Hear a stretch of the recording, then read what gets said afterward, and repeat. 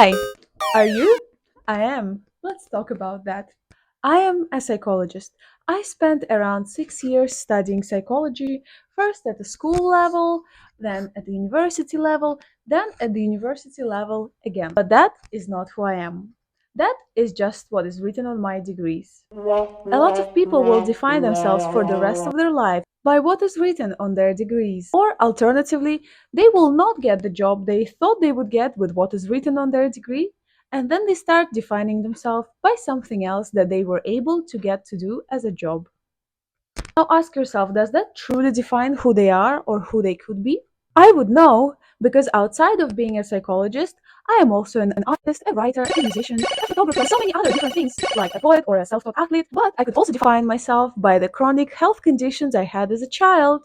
I could also define myself by ADHD or being on the spectrum or being a woman or literally anything else that I would identify with the most.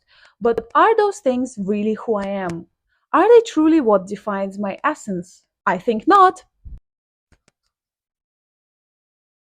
It took me some time battling with all the different definitions I could use to describe who I am to myself, first and foremost, and of course, to the other people around me. And believe you me, people will jump to the opportunity to define you by just one thing and gladly tick off just a single box on a list of many other boxes and put you to rest with the rest of everyone else. I am against us as a society defining each other by just one thing that we are, picking just one niche and then sticking to it for the rest of our life, no matter how happy or unhappy it makes us, just because that is something that is expected of us. Which one of my identities should I agree with the most? Should I agree with the identity of a child with scoliosis, lordosis, kyphosis, osteoporosis, flat feet, bunions, and a benign brain cyst? Or should I define myself by ADHD, experience of depression as a teenager, to eating disorders that I battled entirely and completely by myself? Or should I define myself by being cheated on by my first boyfriend? Or should I define myself by being on the spectrum?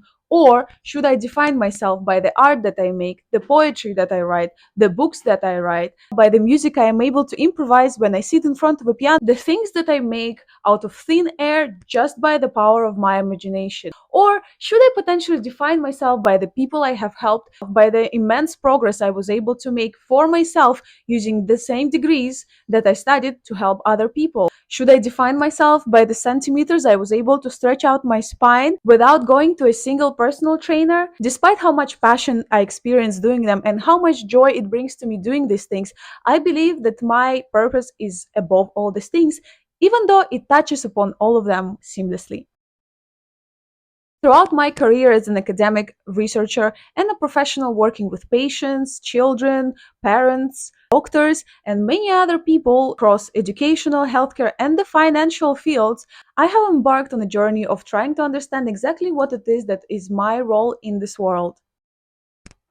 My soul has come into this world to lead by example, showing other people just how much you can achieve outside of your boundaries if only you believe in your human potential. And that potential is never bound just to one job, one occupation, one relationship, experience of a disease. Bottom line is your life is not limited by a single experience, no matter how traumatic or drastic it has been for you. Just because at a single point in life you have identified with a certain mentality, that does not mean that for the rest of your life you have to be defined or define yourself by that same single mentality. The human potential and the potential your body offers you is so far outside of our comfort zones and anything that we have ever been taught to believe.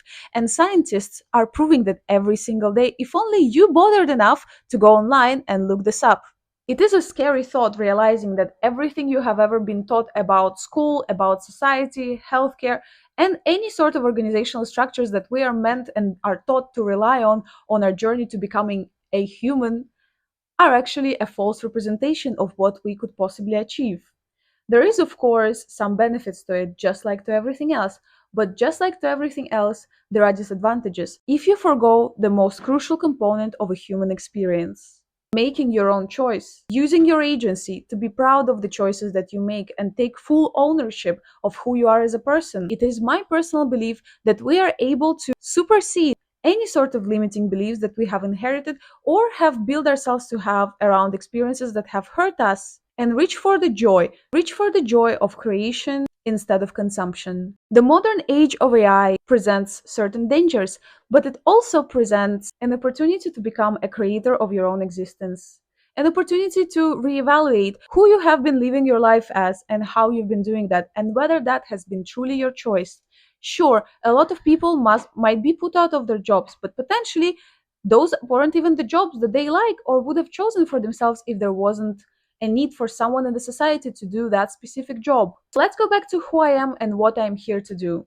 I am here to show by my own example that what you studied, who you have grown up with or as, does not define who you are as a human being.